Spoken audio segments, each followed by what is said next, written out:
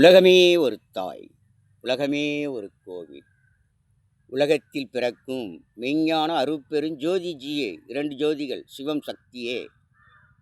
இந்த உலகத்தை, நம் உள்ளத்தை ஆளும் தெய்வம், கடவுள். உங்கள் உள்ளம் அறியும், நிச்சயமாக அறியும் காலம் வந்துவிட்டது, அறியும்.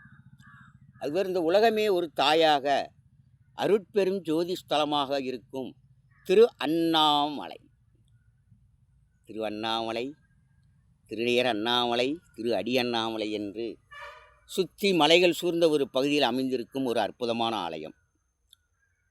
இந்த ஆலயத்திலே நானும் வந்து கிட்டத்தட்ட 17 ஆண்டுகளுக்கு மேல் ஆகிறது.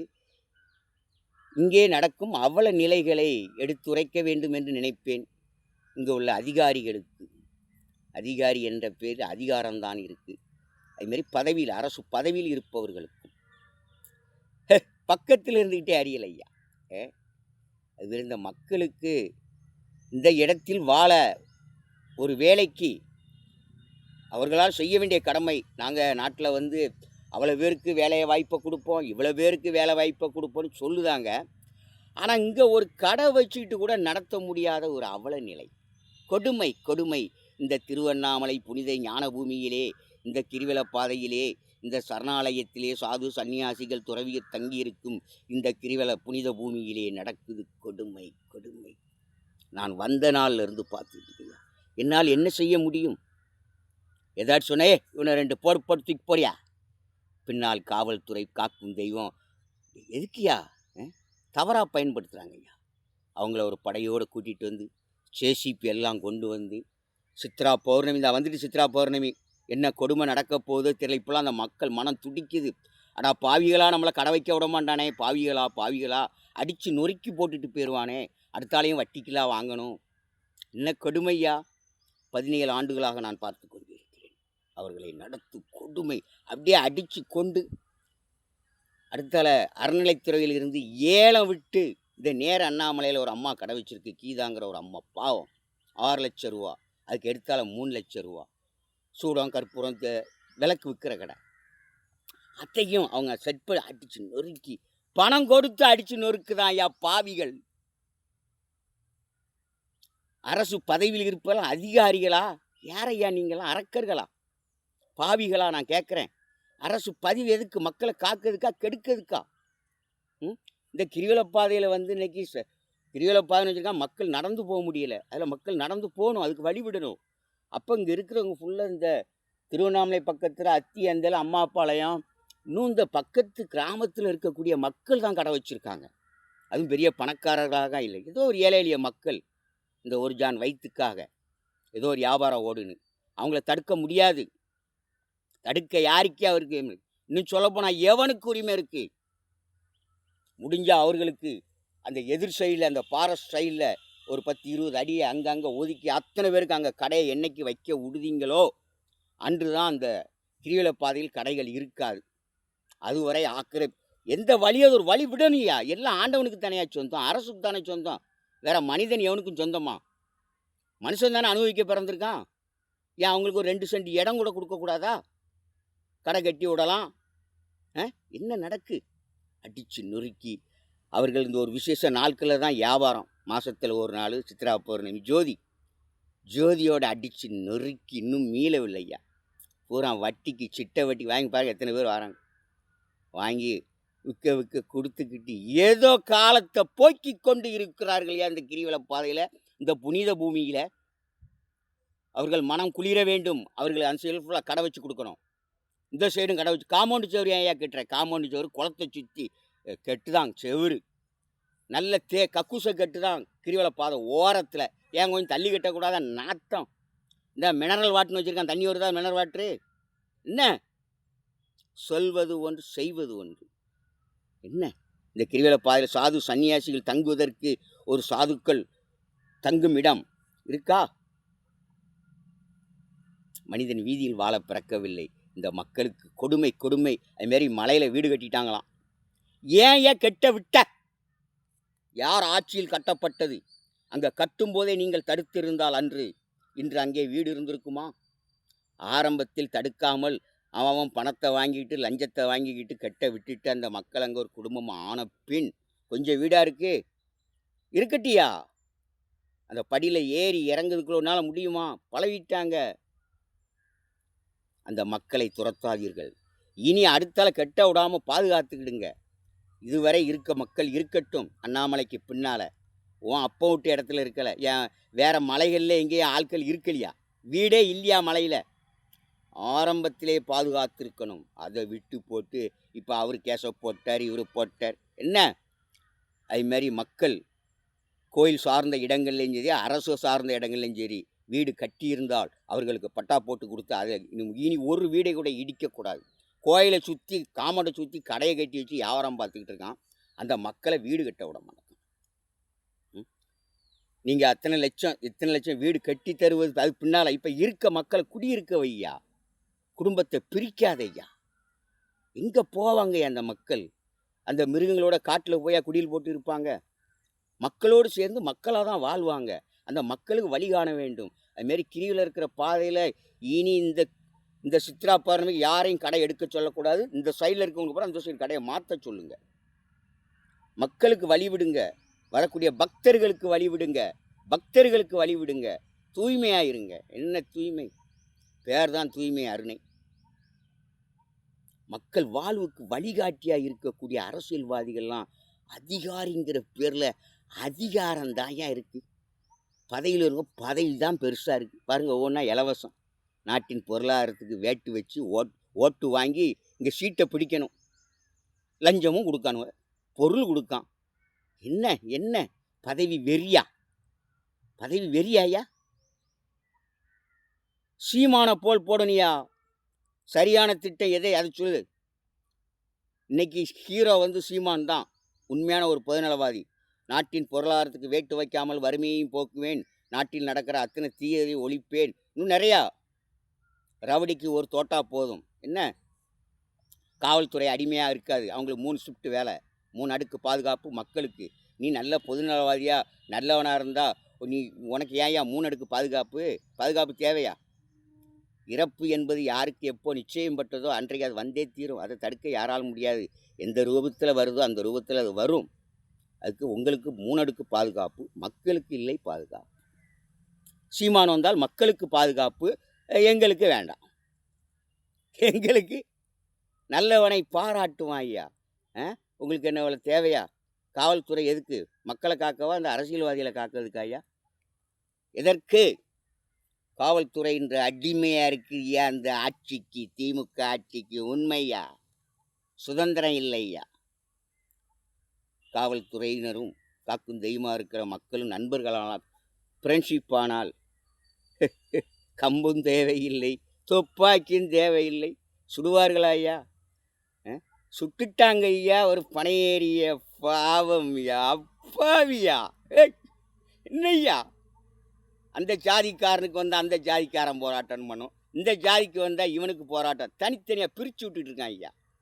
ஒற்றுமையோடு போராடணும். தமிழ்நாட்டிலே ஒருத்தனுக்கு ஒரு தீமை நடக்கும்போது இந்த தமிழ்நாட்டில் உள்ள மக்கள் அத்தனை பேரும் குரல் கொடுக்கணும் ஐயா. அன்றுதான் பொதுநலம் பிறக்கும்யா. அவன் ஜாதிக்கு வந்து அவன் பார்த்துட்டு போகிறான். என்ன? பொதுநலவாதிகள் இல்லையா, சுயநலவாதிகள். இந்த சுயநலவாதிகளை இந்த அரசியல்வாதி நல்லா பயன்படுத்திக்கிட்டு தான். அப்படியே சுட்ட அப்புறம் தவறியாது. இதே சுட்ட அந்த காவல்துறை அதிகாரிக்கு திருப்பி 4 ரவுண்டு அவர் முட்டில் சுட்டா அவருடைய நிலை என்ன? இவற்றை துப்பாக்கி இல்லை இருந்துச்சுன்னா இவரும் பதிலுக்கு சுட்டாருன்னு வைங்களேன். என்ன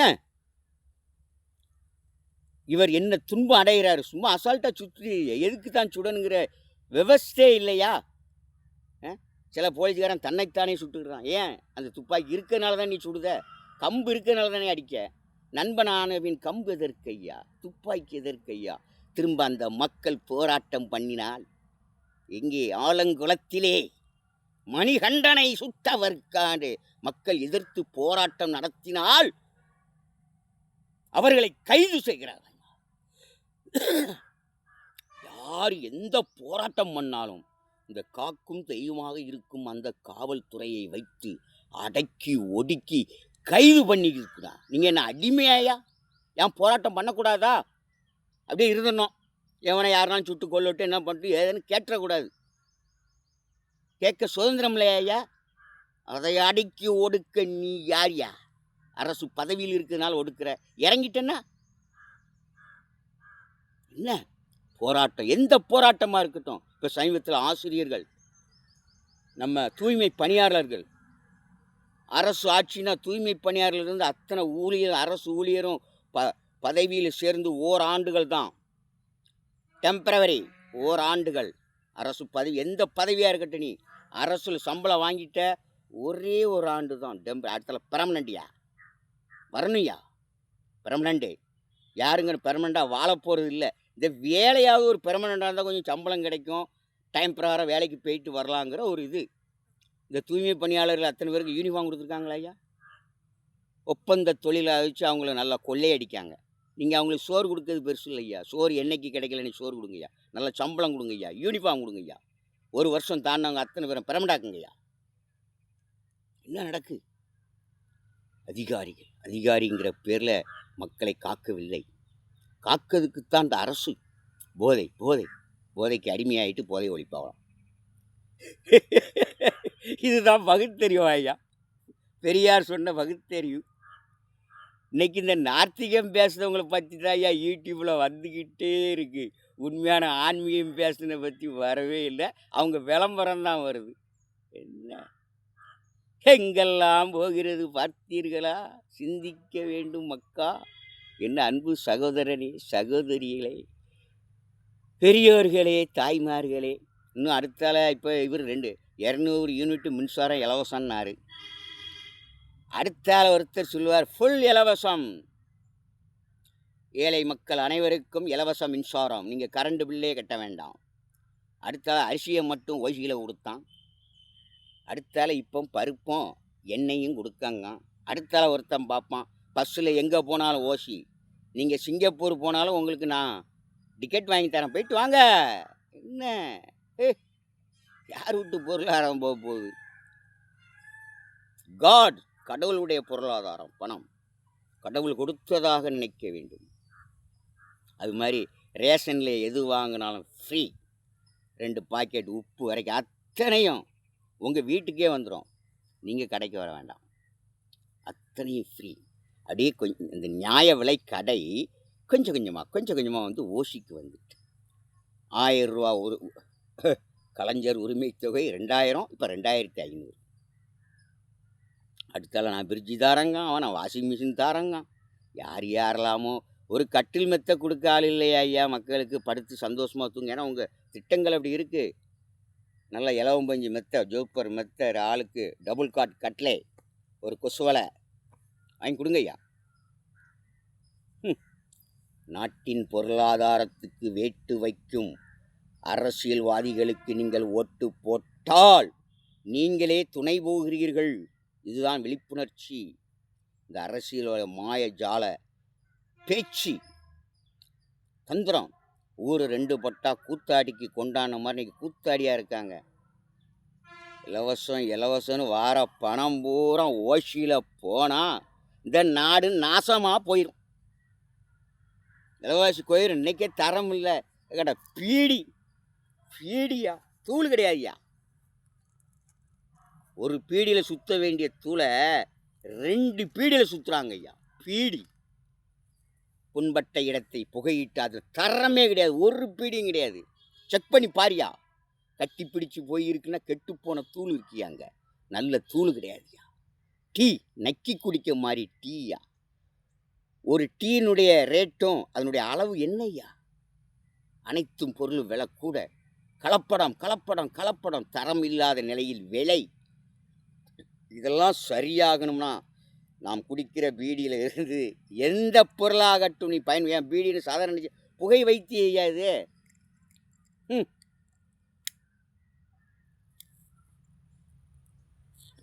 இது ஒரு புகை வைத்தியம். விரும்புகிறவன் அடிக்கான், விரும்பாத விட்டாக்கான்னு கட்டாயப்படுத்தி யாரையும் குடிக்கும். மனம் விரும்பினா அடிக்கான். ஏன்னா எல்லாருமா குடிச்சிக்கிட்டு இருக்கான். எதை அவன் மனம் விரும்புதோ அதை யூஸ் பண்ணுறான். நான் இடத்துல பொடியும் போடுவேன் சளி எடுக்கிறதுக்காக வேண்டி. இந்த உங்களுக்கு ஒரு எடுத்துக்காட்டு சொல்ல, புகை பண்ணும்போது நம்மளுடைய காற்று உள்ள பம்பிங் ஆகுது, அழுத்தம் கொடுக்கு. நம்ம உடல் உறுப்பே அழுத்தம் இல்லைன்னா மலமும் வராது, ஜலமும் வராது. 1க்கும் வராது, 2க்கும் வராது. இந்த அழுத்தத்தில் தான் வருது. அதுக்கு எத்தனையோ எக்ஸர்சைஸ் பண்ணுற, யோகா பண்ணுற, அதை பண்ணுற. அதுமாதிரி இது ஒரு புகை வைத்தியம். உள்ளே போய் பம்பிங் ஆனோன்னு அந்த வயிற்றில் அடுத்தால ஒரு அழுத்தத்தை கொடுக்கும்போது உடல் நரம்புகள் செயல்படுது. கொஞ்சம் உடலுக்கு ஆரோக்கியமாக இருக்குது, அவ்வளோதான். இது ஒன்றும் தீயதல்ல. புகையிலை புற்றுநோயை இன்னும் சொல்கிறேன் விளக்கமாக உங்களுக்கு. ஏன் கொடுத்தார் இறைவன்? தீமையான எந்த மூலிகையும் கொடுக்கவில்லை. அற்புதமான மூலிகைகள் அந்த உடல் ஆரோக்கியத்துக்காக கொடுத்திருக்கிறார். அதுபோல் இந்த சித்ரா பௌர்ணமிக்கு என் மக்களை யாரும் கொடுமைப்படுத்தக்கூடாது. இந்த சைடு கடையில் அந்த சைடு ஷிஃப்ட் பண்ணணும். அடுத்தால எந்த கடையையும் வந்து தூக்குன்னு சொல்லக்கூடாது. முடிஞ்ச அவங்களுக்கு லைசன்ஸ் கொடுத்து கடை வைக்கிறதுக்கு ஏற்பாடு பண்ணு. இதுவரையிலே இந்த திருவண்ணாமலையே ஐயா மதிப்புக்குரியவர். ஏன்னா மக்களுக்கு நிறைய உதவி செய்திருக்கிறார். ஆக நான் அவரை குறை சொல்லலை. அவரை நான் பார்த்திருக்கிறேன். ஐயா மாண்புமிகு வேலு அவர்களுடைய தொகுதி, அவருடைய கோட்டை என்று கூட சொல்லலாம். நிறையா டிபார்ட்மெண்ட் அவர் கையில் இருக்கார். அடுத்தல மு.க. ஸ்டாலின் செல்ல பிள்ளை. அதேமாரி இந்த பக்கத்தில் இருக்கிற கிராமம் எல்லாம் திமுகவுக்கு தான் நிறைய பேர் ஓட்டு போடுவாங்க. நான் பார்த்துருக்கேன் ஒரு காலம். இப்போ கொஞ்சம் மாறி இருக்காங்க. முன்னால் ஃபுல்லாக தான். இத்தனை வருஷமும் இந்த மாவட்டத்திலே எம்எல்ஏயாக வெற்றி பெற்று கொண்டு இருக்கும் இவர் இந்த மக்களுக்காக வேண்டி இந்த கடை வைக்க விட்டாராயா? ஹைவேஸ் டிபார்ட்மெண்ட்டில் இருக்கார். அவர் நினைச்சா இந்த கிரிவல பாதையை அகலப்படுத்தி 2 பக்கமும் இந்த மக்களுக்கு கடை வெடித்து கொடுத்து மாதம் ஒரு 300 ரூபா வாடகை கொடுங்க. நல்ல கலெக்ஷன் தாயா. ஒரு கடை வைத்து கொடுத்தாரா? எதை செய்தார்? அப்பப்போ நோட்டு வேணா கொடுத்துருப்பார ஒழிய இந்த ரோட்டில் வாழும் மக்களுக்கு நன்மை செய்தாரா? இந்த மக்கள் எத்தனை தடவை கலெக்டர் ஆஃபீஸில் மனு கொடுத்துருக்காங்க தெரியுமா? நான்லாம் பார்க்கும்போது என் மனம் அடித்து நொறிக்க அப்படியே இந்த ஜேசிபியை கொண்டு வந்து அள்ளி போடவும், கிரேனை கொண்டு வந்து அப்படியே தூக்கி வச்சு தூர கொண்டு போட்டு, இதற்காக நீங்கள் பிறந்திருக்கிறீர்கள், அரசு பதவிக்கு அதிகாரியாக இருக்கிறீர்கள். அன்பு இறக்கம் இருக்கு. நீயா ஏன் இதை செய்கிறார்கள்? எல்லாம் அந்த வயிற்று பிளப்பு தான். நீ ஏன் வேலை பார்க்க அரசு பதவியில் இருக்க? எதுக்கையா இருக்க? உனக்கு சம்பளம் நிறையா கிடக்கு. அடுத்தால கிம்பளம் வேறு, லஞ்சம் வேறு. எவ்வளோ வருமானம் வருது உனக்கு? இந்த மக்களுக்கு மாதத்தில் ஒரு நாள் தான்யா பௌர்ணமி. அதுவும் வியாபாரம் கிடையாது. கடை பெருகி போச்சு. உழைக்க முடியாமல், வேலை செய்ய முடியாமல் போன அந்த மக்கள் வச்சுருக்காங்க. அதுவும் எல்லாம் உங்கள் திமுக கட்சிக்கு ஓட்டு போட்ட மக்கள் வச்சுருக்காங்க. ஏங்க அது தெரியுமா? சின்ன குழந்தை கூட திமுக மாறணியா. நல்லதை செய்யாத போது அவர்களுக்கு ஓட்டு போட்டு எதுக்கியா? வருஷம் ரூபா நோட்டை வாங்கிக்கிட்டு அடமானம் வச்சுட்டு இருக்கான் தமிழ்நாட்டை. இந்த நாடு நாசமாக போகிறதுக்காலே தமிழ்நாட்டில் வாழ்கிற மக்கள் தான் விழிப்புணர்வு இல்லாமல் திராவிட மூடவாதிகளின் பேச்சை கேட்டு திட்டம் திட்டம் திட்டம் 2 திட்டம் போதியா அரசுக்கு. சட்டம், திட்டம். மக்கள் தேவை என்ன, சேவை என்ன, அதை புரிந்து செயல்படு. மக்கள் தேவைகள் அனைத்தும் பூர்த்தியாகிவிடும். மக்கள் வாழ்க்கை சந்தோஷமாக இருக்குயா. மக்களை வாழ வைக்கிறது தான் ஏன் அரசாங்கம். அதுமாரி கலைஞர் பீரியடில் 2 ஏக்கர் நிலம் கொடுத்தாரியா ஓட்டுக்காக லஞ்சம். 2 ஏக்கர் ஓட்டு போடுங்க 2 ஏக்கர். இந்த 2 ஏக்கர் எங்கே கொடுத்தாரு? அங்கங்கே உள்ள கிராம பகுதியில் வாழக்கூடிய மக்கள் வாழ்வாதாரத்தை சீர்குலைத்தாரியா. இங்கே 2 ஏக்கர் நிலத்தை கொடுத்துட்டு இந்த மக்களில் தான் காலையில் வெளியே போனாலும் மலம் கழிப்பு வெளியே போவாங்க. அங்கே குளம் குட்டைகள் கிடக்கும், கிணறு ஏதாட்டி இருக்கும், அங்கே போவாங்க. அடுத்தால குப்பைகளை கொண்டு அங்கே கொண்டு பொது இடம் அது அங்கங்கே போடுவாங்க. அதில் வரக்கூடிய இந்த நீர்க்கருவி மரங்களை வெட்டி பொதுவாக வைத்து கொண்டு அவங்களுக்கு ஒரு வாழ்வாதாரமாக நல்ல ஒரு இடம், அது ஆடு மாடு மேய்ப்பதற்கு இருந்த இடத்தெல்லாம் 2 ஏக்கர் நிலந்தாரன்னு சொல்லியெல்லாம் கொடுத்தில்லையா. ஆனால் இன்னைக்கு ஆண்டவனுடைய ஆலயத்தை சார்ந்திருக்கும் கோயில் இடமெல்லாம் ஏழைகளுக்கு தான் சொந்தம். அது நிலமாக இருந்தாலும் சரி, இடமா இருந்தாலும் ஏழைகளுக்கு சொந்தம், பணக்காரனுக்கு இல்லை. ஆனால் பணக்காரனுக்கு நிறைய தாரை வார்த்திருக்கான் கோயில் இடங்களை. இப்படியெல்லாம் தாரை வார்க்கும் நீங்கள் அந்த ஏழை மக்கள் குடியிருக்கும் வீடுகளை இனி அகற்றினால் பாவம் சும்மா விடாது. அதுமாரி உங்கள் ஆட்சிக்கு தர்மம் முடிந்தது என்று நினைக்கிறேன். பார்ப்போம், போக போக தெரியும். தர்மம் இருந்தால் நிலைப்பீர்கள், இல்லை என்றால் இனி இல்லை. ஏன்னா ஒரு பக்கம் போதைக்கு அடிமையாக்கி மக்கள் உயிருக்கு உழை வைத்து கொண்டிருக்கிறீர்கள். போதையை ஒழிப்பதில் நான் சர்வ அதிகாரியாக இருப்பேன். டீல் பிறக்குமா ஐயா? சொன்னது யாரு? நம் தளபதி ஐயா, மாண்புமிகு முதல் அமைச்சர். சொன்னாரா சொல்லலையா ஐயா? சொல்லிட்டு கடையை நடத்திக்கிட்டு விளம்பரம் பண்ணிக்கிட்டு இருக்காரு. இன்னும் பாருங்க, திட்டம் திட்டம் திட்டம், விளம்பரம் விளம்பரம் விளம்பரம். சொல்லப்போனால் நீங்கள் இந்த விவசாய நிலங்கள் விவசாயி போராடினா அவங்களுக்கு குண்டர் சட்டம். நம்மளுக்கு சோறு போடுவது யாரியா? உனக்கு வேண்டிய அத்தனை காய்கறி, அரிசி, பருப்பு, சீனி, நீ உன்று தின்று உயிர் வாழும் அத்தனை பொருளையும் கொடுப்பது நம் விவசாயிகள். இனி விளை நிலத்தை அழிக்கக்கூடாது, விளை நிலம் சார்ந்த இடங்களை அழிக்கக்கூடாதுன்னு போராட்டம் நடந்து கொண்டிருக்கு. எல்லோரும் சேர்ந்து குரல் கொடுங்கள். தமிழ்நாட்டு மக்கள், இந்தியாவில் அத்தனை மக்களும் சேர்ந்து குரல் கொடுங்கள். அழிக்காதே அழிக்காதே, விளை நிலத்தை அழிக்காதே, பின்னால் பிறக்கும் வாரிசுக்கு இப்போமே திதி கொடுக்காதே. திதினா என்ன தெரியுதையா? செத்து போனவர் திதி கொடுத்துருக்கான். இப்போமே விளை நிலத்தை அழிச்சிட்டா, அழிஞ்சு போச்சுன்னா பின்னால் பிறக்க வாரிசுகள் என்னத்தையா திம்பான்? மண்ணையா திம்பான்? எதை திம்பான்? சோறு இல்லைன்னா உயிர் இருக்குமா? அப்போ அந்த குழந்தைகள் பிறக்கும் முன்னே விளை நிலத்தை அழித்து திதி கொடுக்காது. விளை நிலத்தை அழித்து எவன் கட்டடம் கட்டுகிறானோ அவன் தன் வாரிசுக்கு சமாதி கட்டுகிறான். சமாதி கட்டுறாயா?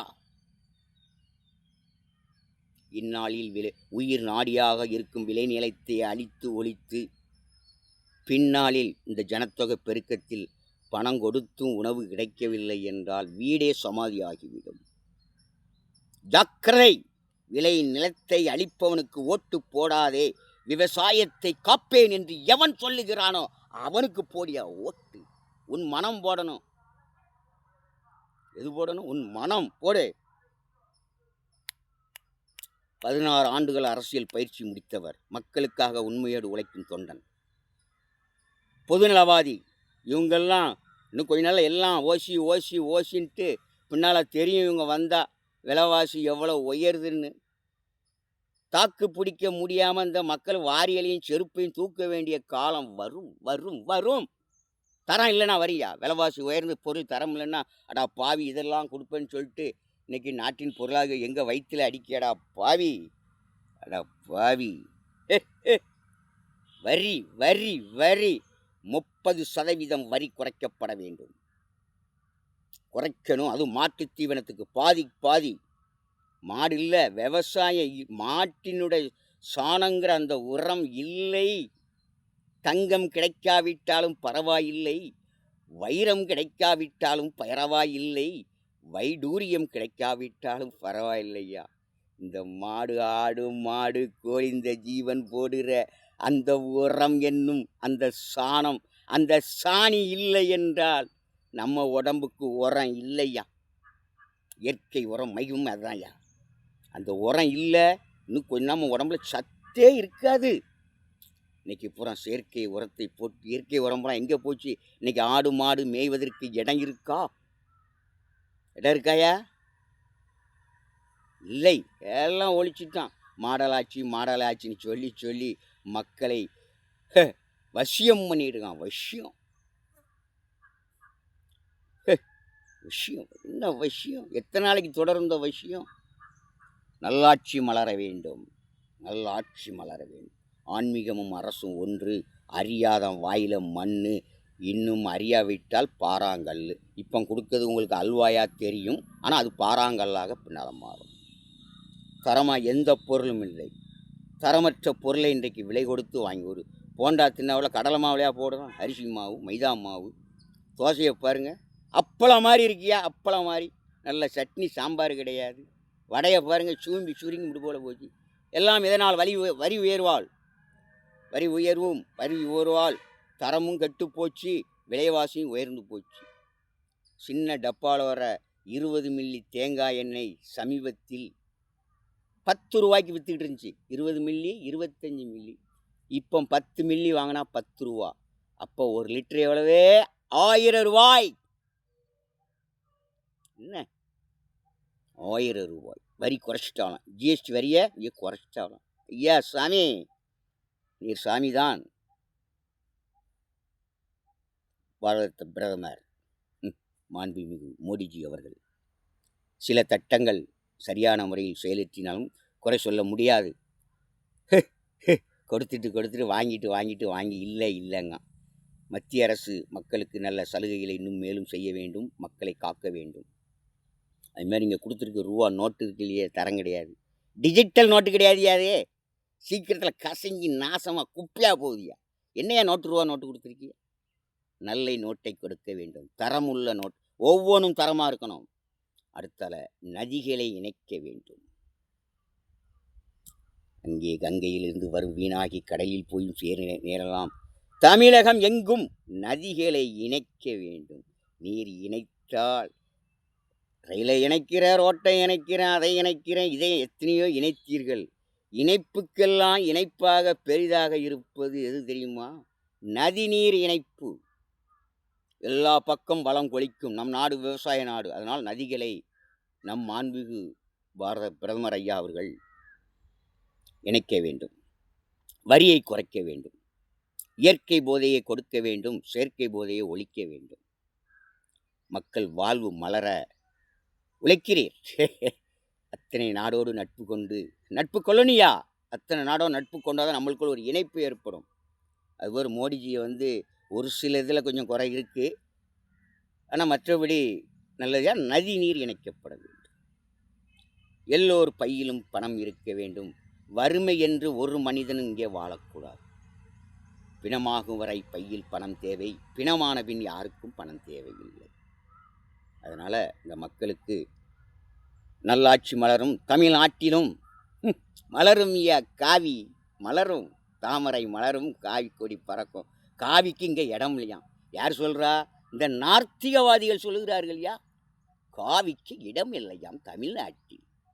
மனிதன் விழிப்புணர்ச்சி அடையவில்லை. விழிப்புணர்ச்சி அடைஞ்சானா உங்களுக்கு இல்லை ஓட்டு. ஆனால் இப்போ கொஞ்சம் கொஞ்சம் வருது. போதும், நல்லதே நடக்கட்டும். நமச்சிவாயா நாராயணா. நல்ல காலம் பறக்குமா, மக்கள் மனம் குளிருமா, முகம் மலருமா, எல்லோர் சிரிப்பிலும் இறைவனை காண முடியுமா? அங்கே நாட்டுக்கு நாடு அமெரிக்க அதிபர் நட்டாம ஒவ்வொரு நாட்டை அடித்து நொறுக்கி, தொழில் வளத்தையை நொறுக்கி, மக்களை கொன்று குமித்து அவர்கள் வாழ்ந்து கொண்டிருந்த கடை அடித்து நொறுக்கிக்கிட்டு இருக்காங்க. என்னையா ஈரானில் பாரு, எத்தனை நாட்டுக்கு கேஸும் எண்ணெயும் கொடுத்துட்டு அந்த நாட்டை அடித்து நொறுக்கி கொடுமை ஐயா. எல்லோ நாடும் சகோதரத்துவத்தோடு வாழ வேண்டும். யாரை அழிப்பதற்கல்ல, அவர்கள் கட்டி குடி மக்களை அழிக்கிறதுக்காயா? போருங்கிற பேரில் யாரை அழித்து கொண்டிருக்கிறீர்கள் நீங்கள்? அதுபோல இன்றைக்கு அமெரிக்க ஜனாதிபதி நாட்டாமன் உலக நாடுகளை அடிமைப்படுத்தி கொண்டிருக்கும். என்ன நாடு? அமெரிக்கா ஜனாதிபதி. இதற்கு முன்பு இருந்த ஜனாதிபதிகள்லாம் எந்த பிரச்சனை உண்டு? ஒரு பிரச்சனை கிடையாது. மக்கள் அமைதியாக வாழ்ந்து கொண்டிருந்தாங்க. என்னைக்கு இந்த ஐயா ட்ரம் வந்தாரோ, இறையாண்மைக்கு விரோதமான செயல்களை செய்து கொண்டு இருக்கிறார். கடவுளுக்கு விரோதமான செயல், மக்களை கொல்வது, அவர்கள் வாழ்வாதாரத்தை அழிப்பது, அவர்களுடைய தொழிற்சாலையை அழிப்பது. ஈரான் நாடு நம் சகோதர நாடியா, சகோதர நாடா நினையா? அந்த மக்களை கொன்று குமிச்சு, போர் வீரர்களையும் கொன்று குமித்து கொண்டு இருக்கும் இந்த சுயநலவாதிகளுக்கு ஓட்டு போடாதீங்க ஐயா. போட்டால் நாடே வரி வரி வரி வரி. அதுமாதிரி ஏன் இந்திய திருநாட்டுக்கு அடிமையாய அமெரிக்காவுக்கு எங்கள் நாடு இந்தியா? 145 கோடி மக்கள் வாழும் இந்திய திருநாடு அமெரிக்காவுக்கு அடிமை. அன்புக்கு நாங்கள் அடிமை. ஏவன் அதிகாரத்துக்கும் அடிபணியாது இந்த இந்தியா. நாங்கள் ஒரு பொதுநலமாக வாழ்ந்து கொண்டிருக்கும் ஒரு இறையாண்மை அற்புதமான பூமி தான் இந்த இந்திய திருநாடு என்பது தெரியுமாயா? அந்த பொருளை வாங்கினா வரி கூட, வரியை உயர்த்தது. நாங்கள் உங்களுக்கு உணவு அனுப்பி கொண்டு இருக்கிறோம். உயிர் வாழ சிந்திக்க வேண்டும். அடுத்தது எது கொண்டு போனாலும் தடை, வரி, உயர்வு உயர்வு உயர்வு. அங்களை மக்களை எல்லாம் அடித்து விரட்டி கொடுமைப்படுத்தி இருக்கும் கொடுங்கோல் ஆட்சிக்கு மற்ற நாடுகள் எல்லாம் சேர்ந்து ஒரு முடிவு கட்ட வேண்டும். அவன் நாட்டாமையில் இருந்து அவர்களை அந்த பதவியில் இருந்து தூக்க வேண்டும். தூக்கிவிட்டால் நாட்டாமை நடக்காது, நல்லாட்சி மலரும். பாருங்க, கடல் வளத்தை பூரா குண்டை போட்டு போட்டு கடலையே அழிச்சுக்கிட்டு கிடையாது. எவ்வளவு கப்பல்கள் வந்து நாட்டுக்கு நாடு பொருள்களை ஏற்றுமதி இறக்குமதி பண்ணிக்கிட்டு இருக்கு. அந்த கப்பலெல்லாம் அடித்து நொறுக்குனாங்குள்ள மீன்கள், உயிர்வாழினங்கள், அந்த கடல் எண்ணெயெல்லாம் அப்படியே எல்லாம் ஆயில் தான் ஃபுல்லாக மிதந்துச்சுன்னா இந்த கடல் நீர் ஆவியாகி மேலே செல்லுமாயா? கடல் மட்டத்துக்கு மேலே ஃபுல்லாக ஆயில் படலங்களாக ஆகிவிட்டால், அதற்கு ஒரு திரை போட்டுவிட்டால், அதை அடைத்து விட்டால், அங்கே மழையாக பெய்வதற்கு மலைக்கு விதையாகும் கடல் நீர் வெப்பம் ஏற்றப்பட்டு விண்ணிற்கு ஆவியாக போகுமா? போவாதியா. ஆயில் படலங்கள் அதை தடுத்துவிடும். அங்கே சூடும் ஏறாது, அது ஆவியாகி மேலேயும் செல்லாது, பிறகு மழை பெய்யாது. மழை பெய்யலைன்னா உயிர் வாழ முடியுமா? நல்லது நடக்க வேண்டும், எல்லோரும் நல்லோராய் வாழ வேண்டும், எல்லோர் சிரிப்பிலும் இறைவன் உண்டு என்றும் உன் அறிவோடு உன் மனதோடு இருக்கிறார். விண்ணில் அருட்பெருஞ்சோதியாக இருக்கிறார். உன் அசைவே ஒன்றையும் கண்டுகொண்டே இருக்கிறார். அவர் ஒளியில் தானே வாழ்கிறோம், பார்த்து கொண்டே இருக்கிறார். இறைவன் சிலையில் பார்க்காது, இறைவன் பார்க்கிறார். அவர் ஒளியில் தான் ஓடுகிறாய், பாடுகிறாய், ஆடுகிறாய். அவர் ஒளி பிறக்கெல்லாம் ஆடுவியா, பாடுவியா? ஜெய் மாதாஜி, ஜெய் அருட்பெருஞ்சோதி, ஜெய் அண்ணாமலையார்ஜி, அண்ணாமலையார்ஜி. எல்லோர் உள்ளத்திலும் அருள் புரியும், எல்லோர் உள்ளத்திலும் அருள் புரியும் ஆண்டவனுக்கு நன்றி. கொடான கொடி. God plus.